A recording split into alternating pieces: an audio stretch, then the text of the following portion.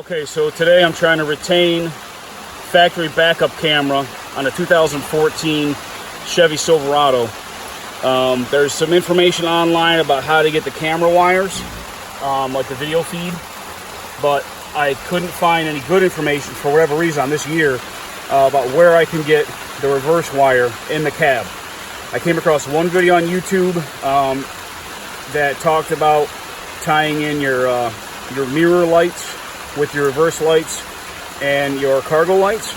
So I watched that, and I still was a little confused because the wire wasn't testing right.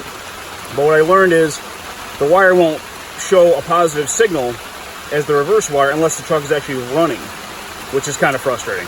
So basically, I'll show you the pin that I used, and when you test it yourself, because you have to test it yourself, you can't just tie into what I tell you to tie into, because your truck could be different, or maybe some other thing, maybe some other issue.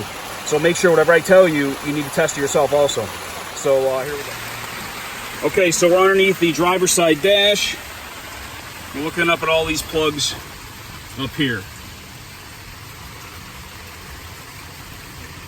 So we are tied into the brown plug, pin number 26, right there. Okay, so on this truck, pin number 26, brown plug, that creates a positive signal when the truck is running and in reverse. Okay, that wire is blue with a brown stripe on it.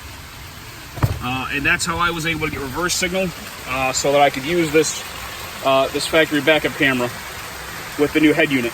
So I'll tie in under the glove box. I should be able to tie in with the video feeds. So in between the video feed and the reverse wire, I should be able to get this thing going.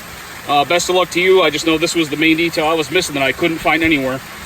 And it didn't make sense for me to run a whole new wire all the way to the taillights when I already have a factory camera back there. I should be able to find the wire somewhere in the cab. It starts here and goes back. So hope this helps somebody.